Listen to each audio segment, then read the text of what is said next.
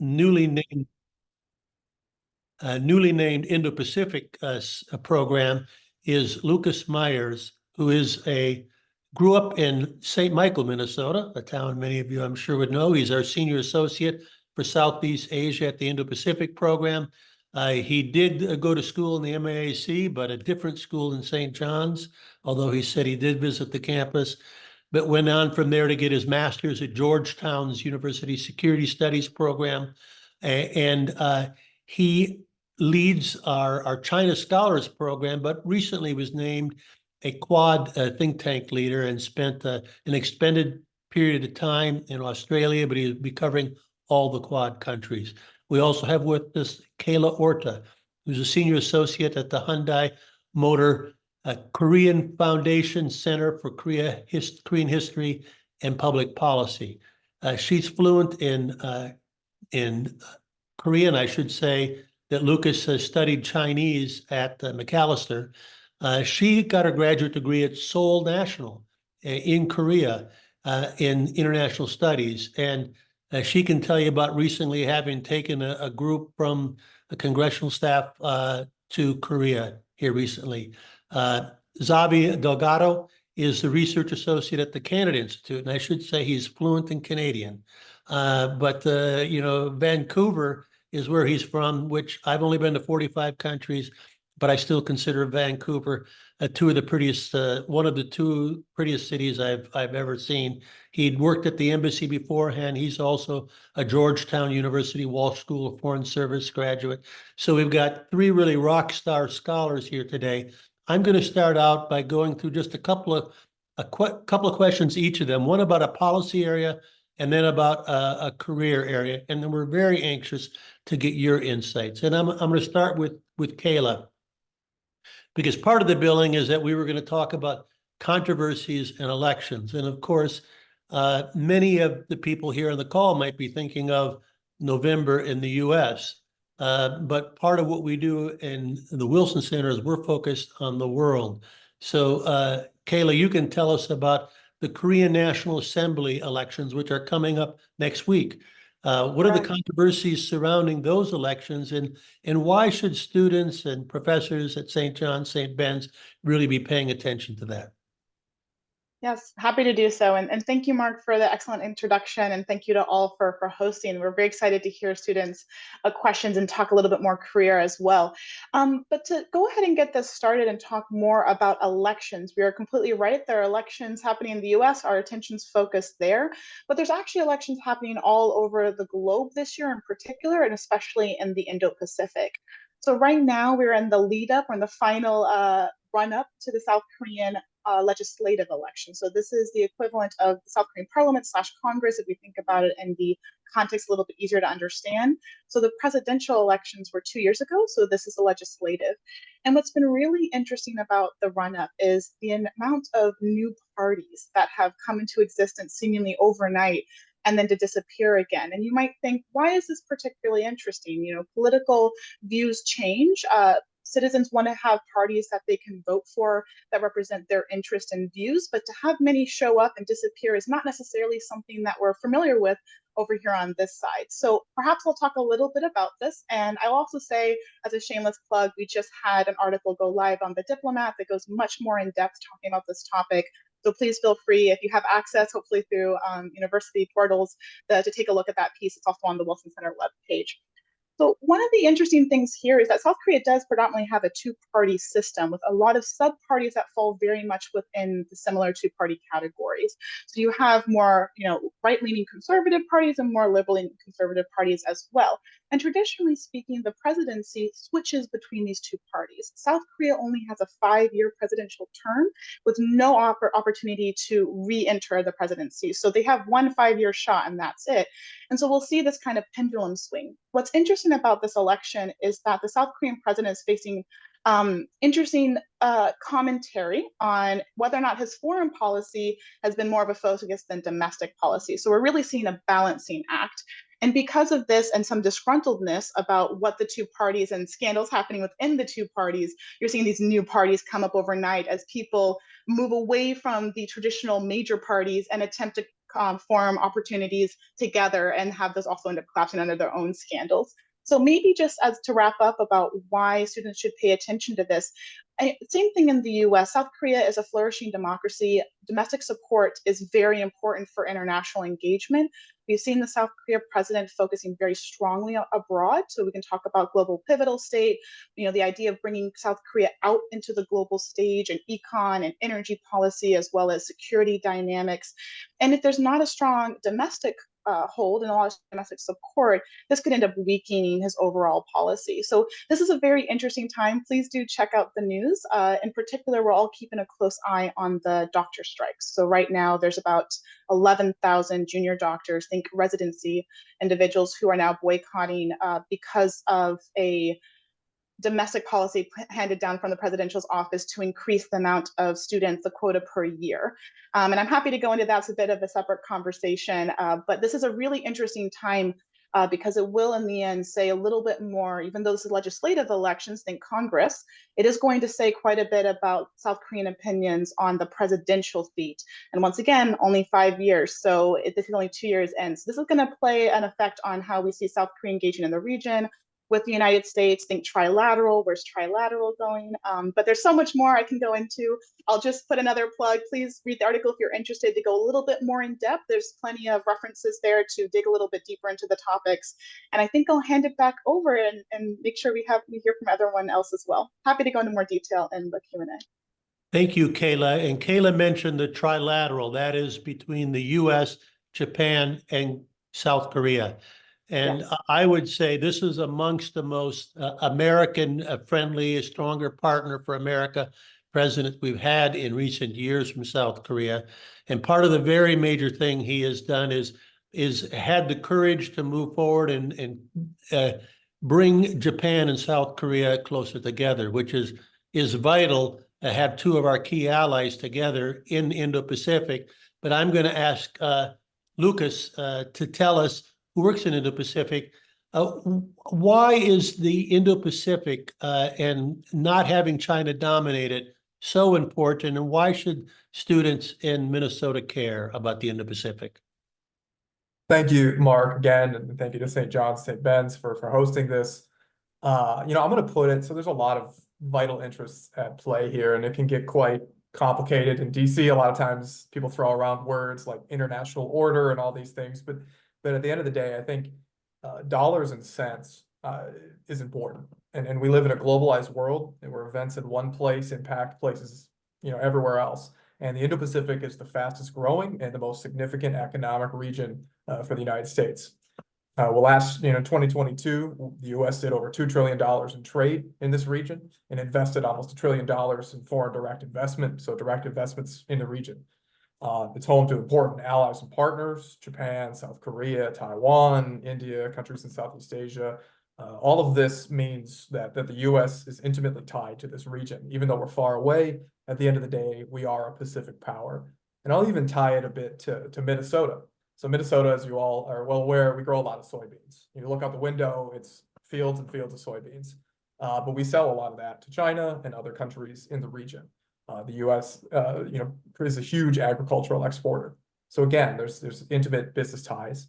If you look at your computer right now, it's powered by an advanced semiconductor, probably produced in Taiwan. And again, these things matter. They tie you as an individual and the country writ large to this region in ways that oftentimes, if you're caught up in your day-to-day life, you don't think about, but it does matter, and we should care about it. And above all, I think what we see, and this is something that at the Wilson Center's Indo-Pacific program we've been tracking for a long time, there are increasingly worrying signs that countries like China, Russia, Iran, North Korea are attempting to revise or challenge the way the world's existed since World War II, the international order. And I think that's something that's increasingly evident and concerning. And so I think Americans should pay attention to this region. They should be concerned about it, and really think about how much this impacts you, because at the end of the day, from the economy to everything, that powers your cell phone, these things matter. Well, thank you, Lucas. Thank you for that summary. And I would say that, part of what I worry is America thinks that we can go it alone, that we don't need allies. This region is important, and I view it's perhaps the most important for us to focus on.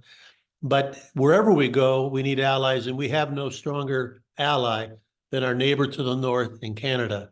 And so, Xavier, why focus on Canada? Why should we care about Canada? Why study? Why devote your career to Canada? Maybe you could share that with the students.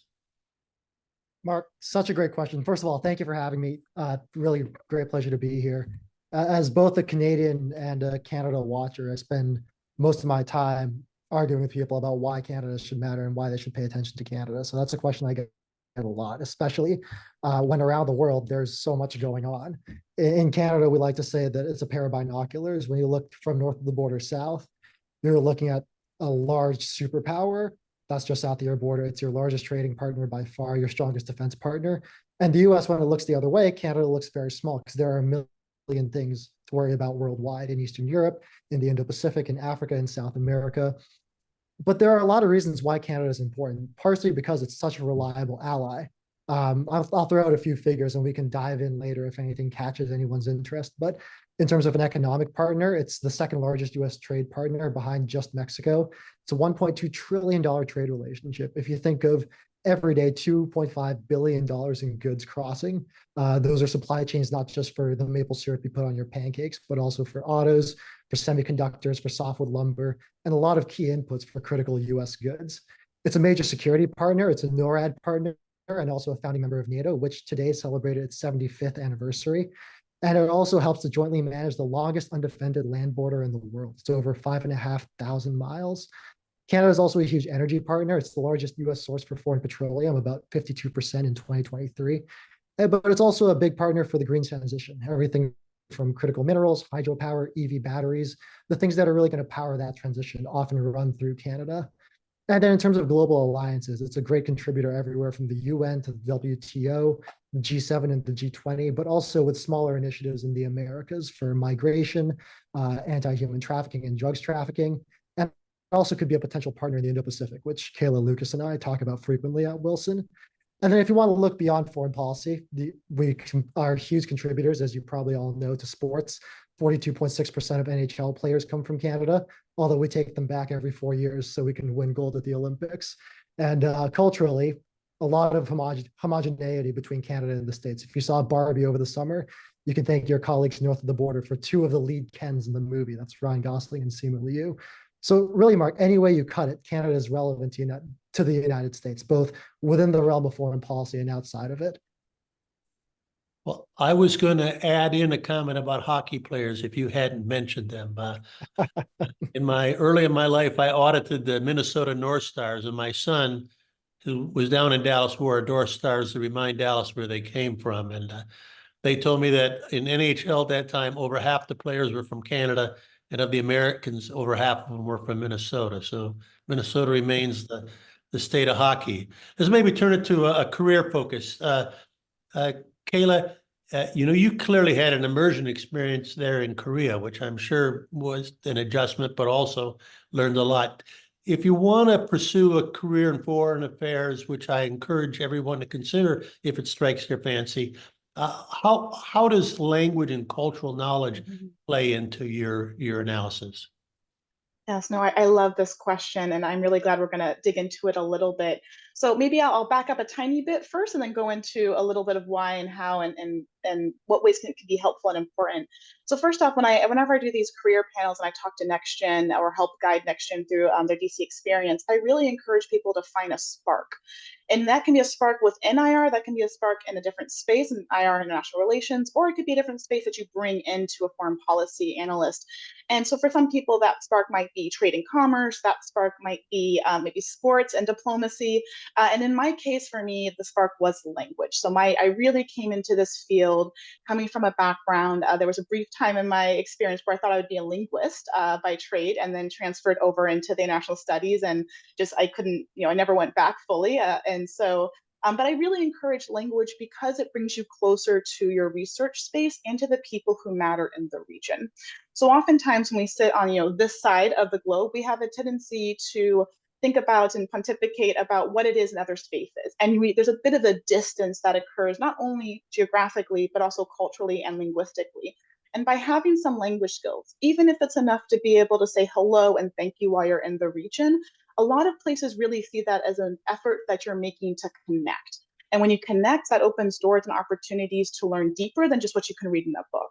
And so I really recommend for anybody who's interested in the space to learn a little bit of the language. This could be a crash course. There's so many great programs, CLS, a critical language training, Boren, if you really want to commit to the government space, Fulbright programs as well. And so I encourage people to look for some of those scholarships, because you can receive scholarships and funding specifically for you to learn a foreign language, and in often cases to learn it in country. Also think Middlebury as well, which is in Vermont, and they do an immersion program. So there's some great opportunities there. Why it mattered for me, I think a lot of Americans focus on the Koreas with a tendency to focus heavily on North Korea. And because of that, there's a little bit of a cop-out. It's very hard for Americans to go to North Korea. And so you can do a lot of thinking and writing without being on the ground to confirm. And there has been more movement lately to talk about South Korea in context, like going back to global pivotal state and the idea of South Korea being an international player. You want to be able to see how South Korea is interacting in trade policy, think industry. South Korea is one of the largest nuclear energy exporters in the world. They're also one of the largest domestically. They're trying to grow that platform, think semiconductors, think AI technology. There's a lot happening in that space, and having the language skill really brings you into the communication. So while I don't recommend everybody signs up for a master's degree, in my case, I did my master's degree fully in Korean, and the thesis was also in Korean, which is a different type of, self-inflicted torture. But at the same time, if it's something you're passionate, as I said, my spark was this. So this is what I wanted to devote my time to be able to be a better expert on the other side. It is a very worthy investment. And I really encourage people, once again, even if it's just at the beginning, you don't have to dive completely in. And study abroad is also quite important. So, and I also, the last caveat I'll say is study abroad anywhere, even if you say that's London, will still give you an outside perspective and looking back in on the US, even if you're not, so to speak, jumping full languages. Though I have heard people say that they go to London and they don't understand the cab driver. So sometimes it does feel like you're jumping into a completely different language. So basically, bottom line, study abroad and language can be quite empowering for your research and your work. Thank you, Kayla. And my mother would agree to you. All three of my brothers are Johnnies. All three of my sisters are Bennies. All three of my sister-in-laws are Bennies. But my mother was animate about, we just got $500 a year for 4 years for college, but she had an extra $500 to study abroad because she thought that was so important. Now, Kayla, you mentioned Spark. Yes. Lucas, you walked around many of the paths that the students here have, being in smaller town Minnesota. What spark got into you that made you decide I wanted to go off and become an Asian expert? And what are some of the early steps that helped you to do that? So it's kind of a funny story. So, like Mark said, I grew up in St. Michael, Minnesota, small town.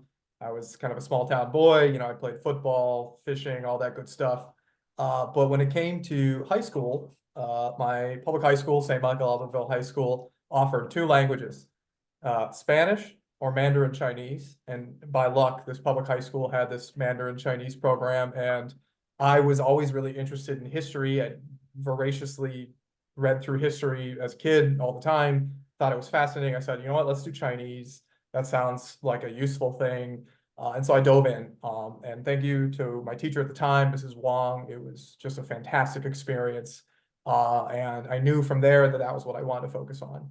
So then when I went to Macalester College in St. Paul, I majored in Chinese and then political science, and really honed in on kind of the international affairs, studied abroad in Beijing, had an excellent experience, learned a ton, really knew from there, this is what I want to do with my life. And so really, I think it's that inspiration and that dedication to what you want to do. Like Kayla said, I think the language side of it's really key. Just going places is key. I'd never been anywhere. I'd never left the US, barely even left the Midwest, to be honest, when I just got on a plane and went to Beijing. And so it was a bit of a, fish out of water experience, but I figured it out and got up on my feet and dedicated myself to it. And then later, now, I see you guys are mostly an undergrad, right? And so thinking about where I was looking forward, I ended up pursuing a master's degree right after undergrad, which is not for everybody. It was for me, it worked out, but you know, everybody has their own pace.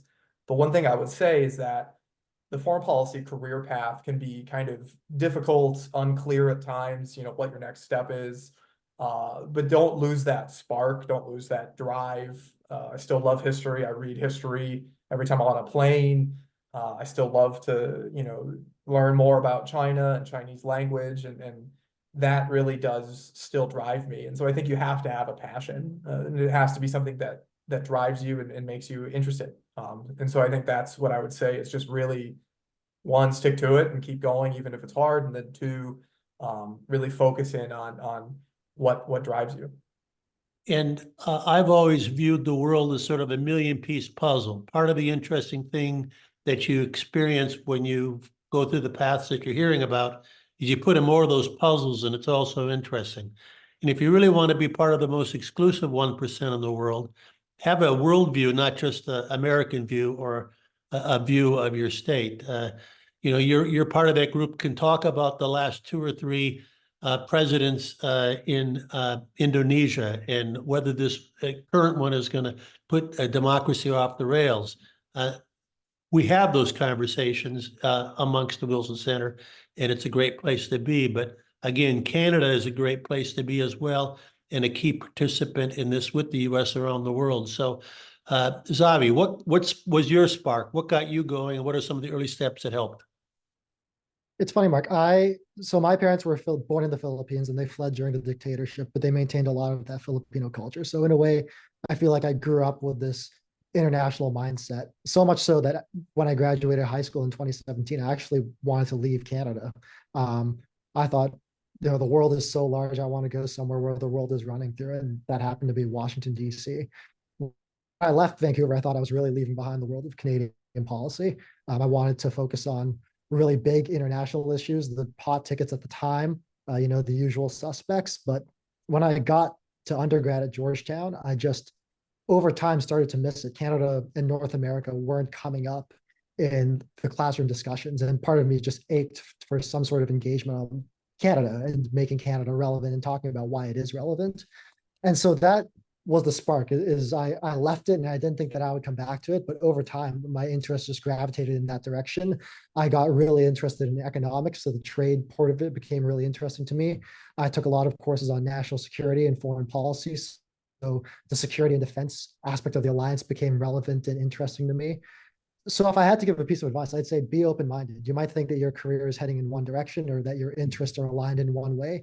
And if you open your mind to another possibility, something that's another region or something cross-cutting, Mark, at the WABA Institute, you do a great job on strategic competition across a number of different topics. At Wilson, we have programs on maternal health, on the environment, on technology. And every time I talk to someone from a cross-cutting program, I find another area of interest that I think, wow, if I want to take my career down this road, I could totally see myself going there. So I'd say you're all relatively young, bright futures ahead of you in undergrad. Just stay open-minded. Don't close yourself off from any future paths, and don't be afraid to jump and chase down something that interests you. It's all great stuff. Now we're at the point where we're taking questions. So I am technologically literate enough to receive your questions in chat.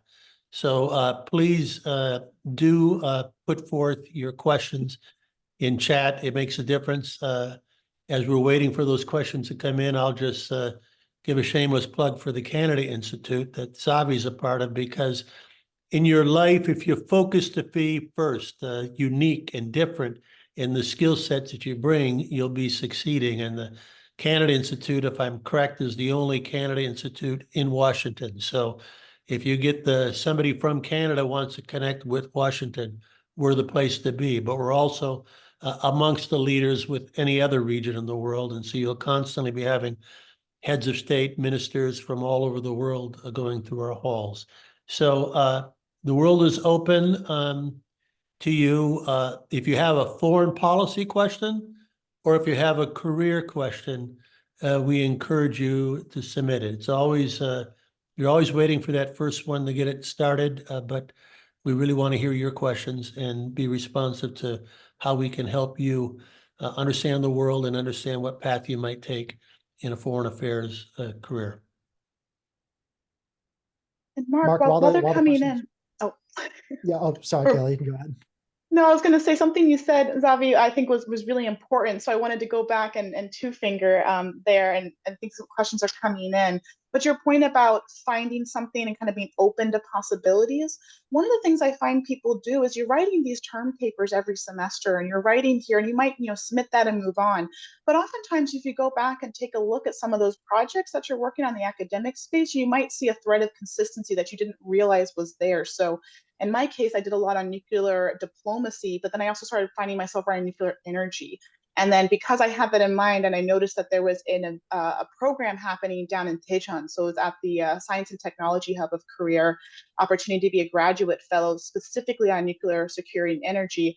I had it in my mind as something to jump for. And so I think that really is exactly what you were talking about finding those paths, but being open to something that, I'm not a climate specialist, but this was something interesting. So I wanted to support you there on that.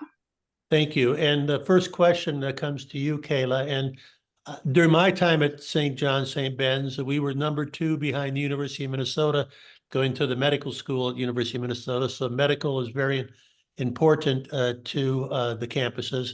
And they're asking you to be a little bit more, give us a little bit more on the doctor's strike in South Korea and where that came from and what impact it's had. But let's get us a backlog of questions here. So please do, Heather, submit a question. Yes, no, happy to go into this. So this is quite interesting, especially from, I think, a US perspective.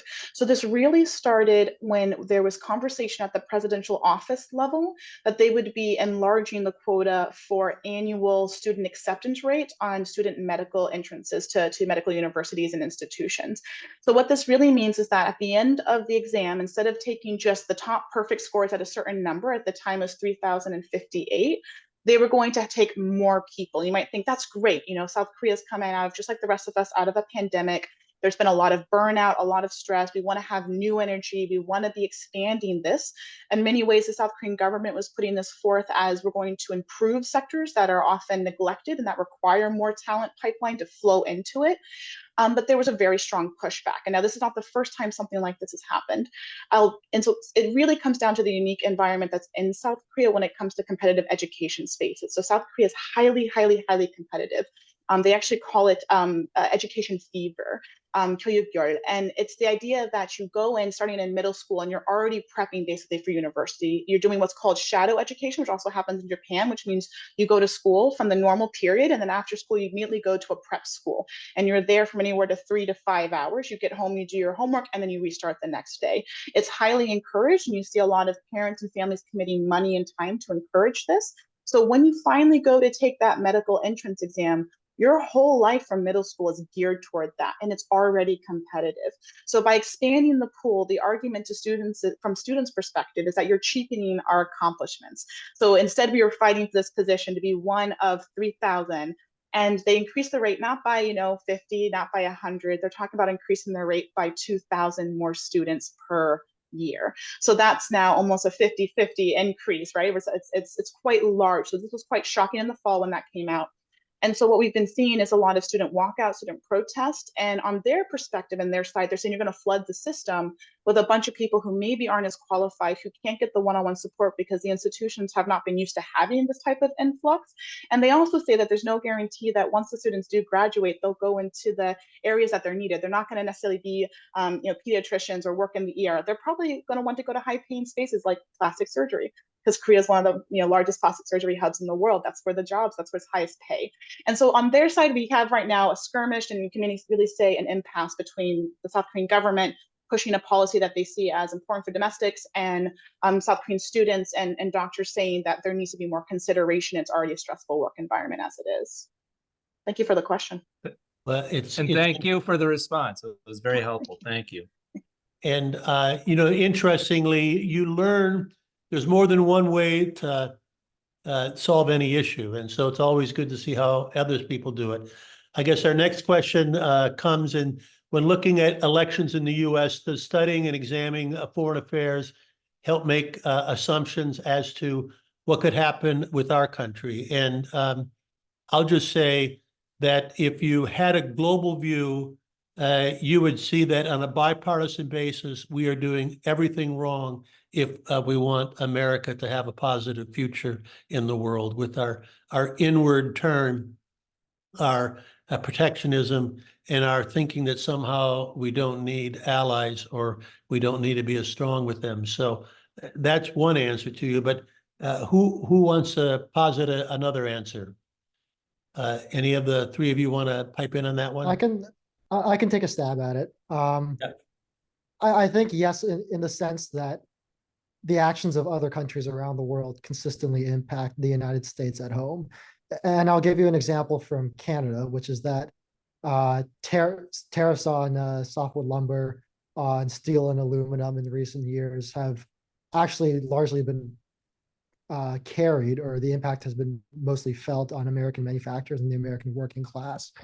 And so as you look at how US policy towards other countries can have reciprocal effects or unintended effects in trade, but also in security and defense, when we're talking about strengthening security alliances or just global partnerships, it can absolutely have consequences for us back here in the States, even if it's not intuitively direct. If you actually track US action to foreign partner response to eventual outcome here in the US, it's a pretty direct line, even if it's not something that's super clear off the top of your head. And that's a great point. Lucas or Kayla, any additions? Maybe just, I think one thing that once you really dive into countries and pay a lot of attention to specific political contexts and histories, you see, you have to balance two things in your head, that every country and context is going to be very different, and comparing can sometimes miss some of those nuances. But at the same time, I think as Americans, we could do a lot to learn from policy examples in other countries. For instance, one that I often complain about living in DC is that I really wish our metro transit system worked as efficiently as some in Asian countries. And those are kinds of elements that I think, having a more global perspective, you can kind of learn from and understand. So there's that tension between making comparisons and then understanding that every context and country is going to be a bit different. That sounds great. Let me go to the next question, which I'm not sure we could have brought in somebody from the Africa program, which would be able to answer this very critically, but I'm not sure. I want to know your opinion on the situation between Rwanda and Congo, and if it is going to affect President Kagame's reelection, and how the situation might affect Rwanda's relations with other African countries. I would just say Congo is very much become more in the center of discussion. It's difficult because it's amongst the most corrupt countries on the planet, and yet it is also a very Catholic country, and it is a big source of some of the most important critical minerals. So the challenges we've had is because American companies back away from corruption. We find that China has sort of locked up many of the critical minerals there, and we're really trying to wrap ourselves in pretzels, trying to figure out how to get in there. Rwanda, on the other side, although a very authoritarian country, has turned into a very pro-Western country, and making itself relatively accommodative to Western interests. So I'm not myself familiar with the conflicts between Rwanda and Congo, but I don't, and I wouldn't be surprised if none of our three panelists do, since they focus on Southeast Asia, Korea, and Canada. But anybody else want to offer an opinion if they have one? All right. Mark, I might just say that one of the benefits of being in DC and working at think tank community is that even if you don't know the answer to something, you likely are friends with somebody or colleagues with someone who knows it. And we do have an Africa program, like you noted. If you, Mark, if you take down the name of the person who asked the question, we can put them in contact with Oge and the Africa program team. Yeah, and for us to give you a very detailed answer to that question, as Xavier is saying, is walking down the hall a couple of steps and finding the expert that can give you a great reflection on that. So I will try to take down that name. And the next question is, how should the U.S. balance efforts to develop trade relationships in the Indo-Pacific with domestic pressure to protect critical industries like steel? It's a very interesting question because I don't know if anybody else wants to talk about steel.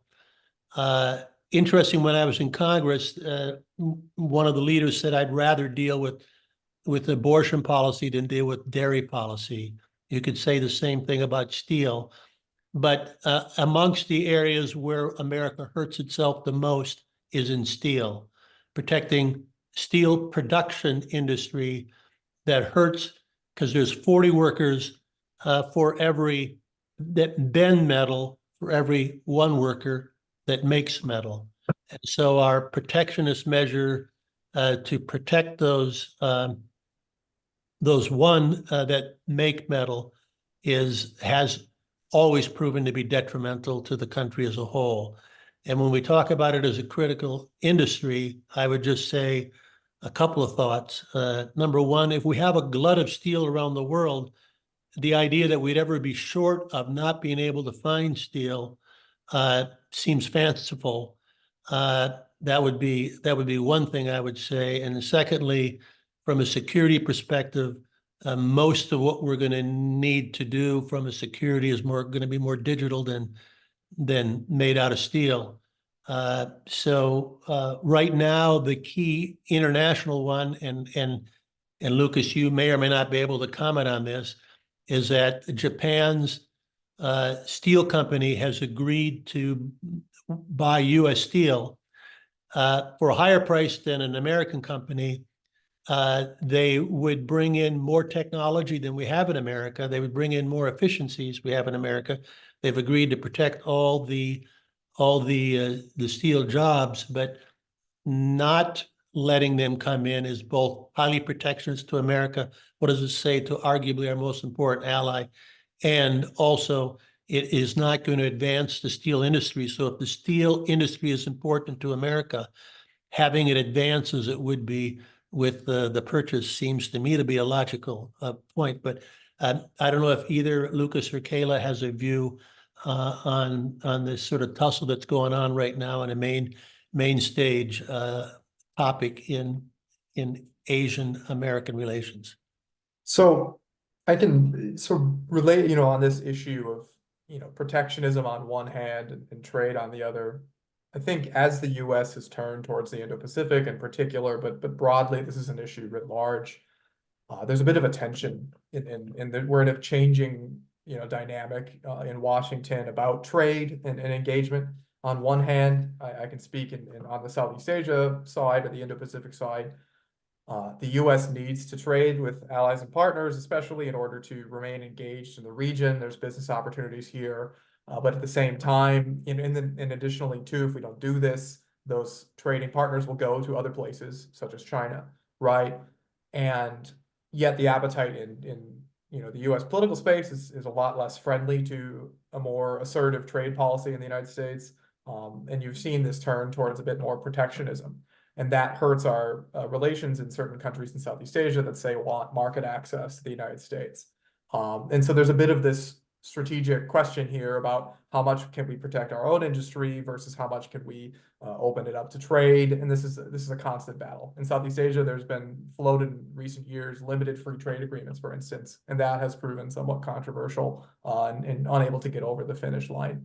And another element that's crucial here is a greater willingness to embrace industrial policy, which had been somewhat dead as an American political idea for a long time. And it's coming back into, kind of in vogue, I guess, in the sense that facing competitors across the board, but again, largely driven by China, American policymakers are now thinking about, well, one, we need to protect our key industries at home, then also make investments. You can see that through, for instance, the Chips and Science Act, which made tremendous investments in semiconductor production at home. And so there's this changing view of how much government involvement you can have in the American economy. And then at the same time, there are countervailing forces that demand us to be involved overseas. And so this is something that I think is an active question, and we're not going to have an easy answer either way, but it's something to watch. Thank you, Maybe Lucas. Go ahead. Maybe to add on, yes, I think it's interesting too, because this question it's a very good question, but it's also an example of how tricky it is. So Lucas, you described it excellently to say that there's this tension and this balance, but even with some of our closest partners, we just talked about Japan, Korea is another good example. We're not finding that balance, even with people we communicate with regularly and allies that we work with constantly in the region and domestically. A really good example of this would be the Inflation Reduction Act, the IRA, which had momentum. It was designed to push momentum toward climate and energy policy in the US, and we'll talk about that a little bit next as well. And because of that, there was tax subsidies for EVs, electric vehicles, within the US, but they had to be assembled domestically. So when this comes forward, immediately our colleagues in South Korea, as well as the EU, came forward and said, wait a second, we don't assemble domestically in the US, so we are going to potentially be less likely, customers are going to be less interested in buying our cars, or we're not going to be able to be eligible for a tax credit to encourage people to purchase. So how does this hurt and lessen our competition domestically and our relationship? So Hyundai Motors is a really good example of a company that very clearly felt that pressure, but it's all across car manufacturers in South Korea. And really, you saw a very quick backpedaling by some of our US colleagues saying, no, we want to work with our allies. This is very important. That was a domestic policy, but clearly very quickly became a bilateral and an international conversation. And that's a clear example of, we work with our South Korean partners all the time in industry spaces, and yet there was still miscommunication. So when Lucas says that it's a very active and ongoing, and we're trying to find that balance, there's some clear examples. CHIPS Act as well as IRA are strong ones, at least from the Korea perspective, and trying to find that balance. So When thank you for that. when you talk when you talk about common good and the Catholic principles of solidarity, it's hard to explain how we basically were very negative to Korea, as Kayla just mentioned, with the IRA, even though Korea brought in more jobs than any other country. I think like in the year before, they had brought in 26,000 jobs with investments that Korean companies had done in America, and yet we're still being protectionist and trying to squeeze them out, which was, it's hard to explain to Korea or others. That's fair. Xavier, did you have your hand up on this question? A very brief point, because I know that we have a bunch of other questions to get to, but I think even, Christy, the question of what does protect an industry mean is relevant here, because we could talk about protect as in keeping the jobs and the money in the United States and protecting the manufacturing base. But oftentimes when we talk about protecting, it means protecting it from economic security perspective. It means protecting it from over-reliance on inputs from foreign adversaries like China. Critical minerals is a great example. China controls the vast majority, I think over 57% of lithium processing worldwide. We need lithium for a bunch of different things, but specifically electric vehicle batteries, which is charging the green transition across North America and the world.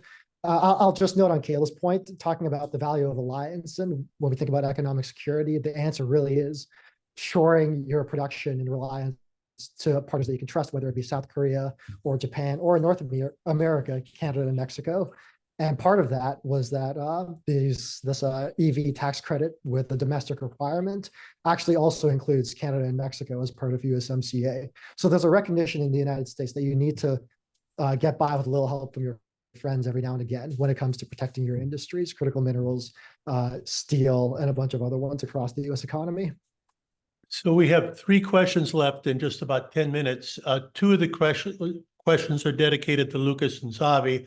So I'm going to give you the first one there, Kayla, about the environmental issues being handled with other countries. So if you can read that question yourself, why don't you address that first question, then we'll go to Lucas and Xavier for the last 2.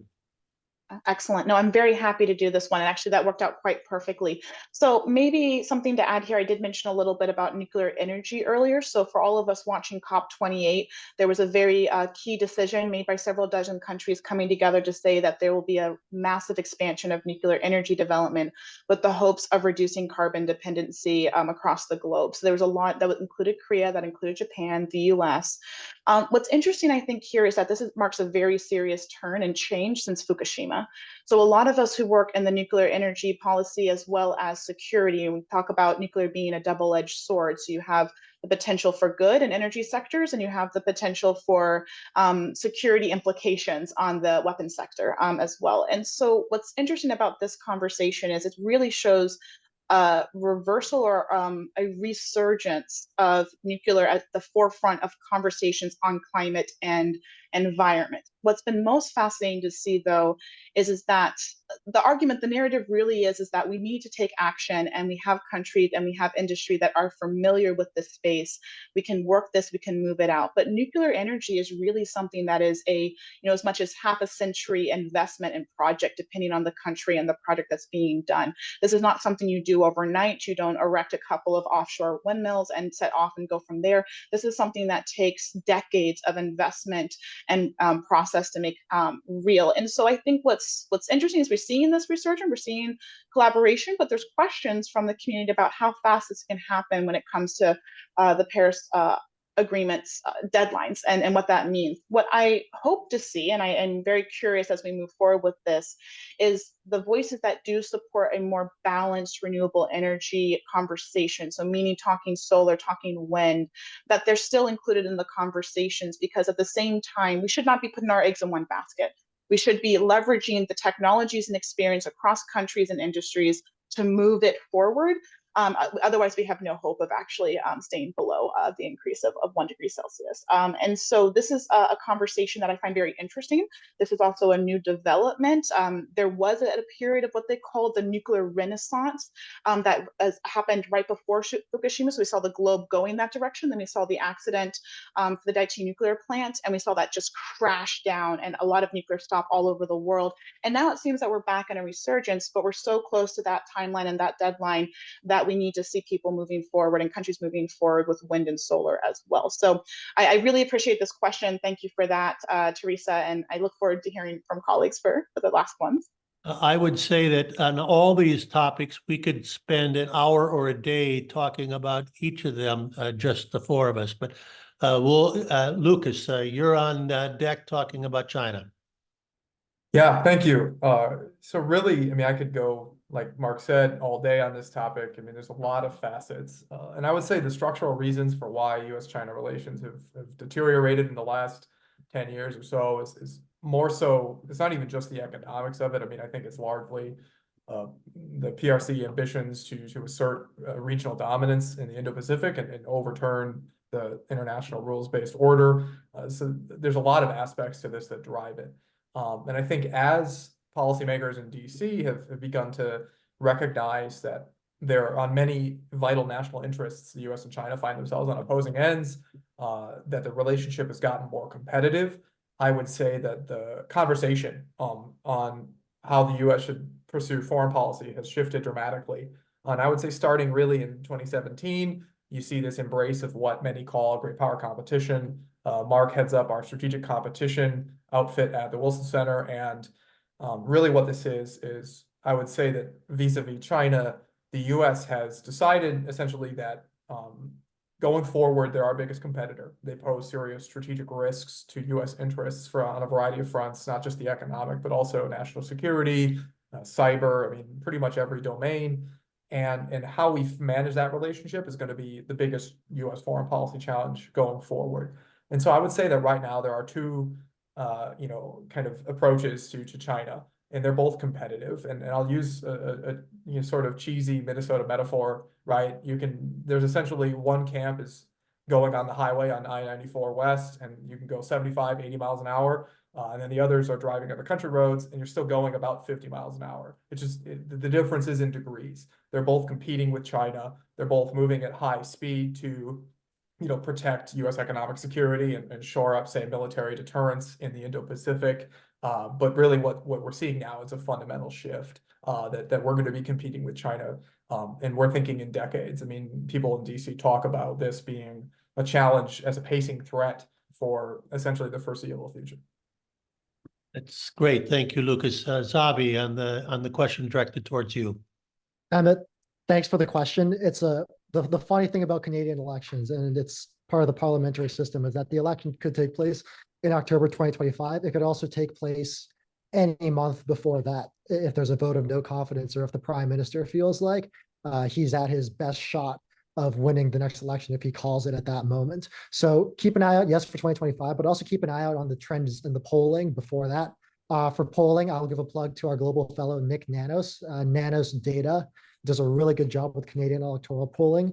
In terms of issues, the hot issue in Canada is grocery prices, but specifically shelter inflation. Inflation in Canada has gotten down to about 2%, I think, maybe 1.8%. If you exclude shelter, shelter inflation on its own right now, year over year, is at over 6.5%. So that is the issue driving a lot of the polling right now, where we see conservatives getting a large boost, frankly, because Canadians are having a hard time buying new homes, and a lot of new Canadians who graduate out of college or university come into the workforce unable to afford a decently sized shelter, unable to afford grocery prices, and it's driving the electoral mood in Canada. So watch those two issues, but also once an election is called, we'll open an election tracker over at the Canada Institute. Definitely check in there for any updates around the next Canadian election. That sounds great. And I'll just address the last one that came there about Taiwan and China. I mean, I wrote an article that said the number one foreign policy issue is deterring aggression against Taiwan. And I would suggest that's the number one issue, period. Because if we do not deter aggression against Taiwan, your imagination is probably not robust enough to understand how bad that would be for everybody on this call, the country, the world. And so I view every other issue as, is that helping or hurting us in deterring our aggression? As you know, the same parties in power in Taiwan, which is not to China's liking. However, they've got a legislative that's not as, it's a bit of a mix, and it's going to constrain them. The big thing we're looking at is the next sort of flashpoint could be the inauguration of the president. So the new president hasn't been inaugurated. I think that's coming up in May. And so many people are thinking that that could be the next flashpoint for conflict. I would say, as the father of somebody who spent, whose son spent the last 4 years aboard the USS Ronald Reagan on the front edge of the American spear in the South China Sea, this is an issue that we take very seriously. But these are important issues. They're exciting issues to work on. I think you can see the energy we have with each of our participants here. So Kayla and Lucas and Xavier, I very much appreciate you joining me for this conversation. And I hope you would reflect on some of that energy and the interest. And those of you that have a career, Matt has talked about bringing in the interns into the Wilson Center. We can talk further about these issues or career in the future. And we very much appreciate this opportunity to chat with you. So thanks to the participants. Thank you, Matt, to St. John's, St. Ben's. Thank you to everybody who showed up on our call here today. Yeah, thank you very much, Mark. And great panel, great event. Have a great, wonderful evening, everyone. And we will have a recording of this if folks are interested in. Mark, I'll talk to you about the details of that later on, and hope to see some of these folks in person in DC this summer. Appreciate it. Sounds great. Thank you all. Have a great night. Thank you.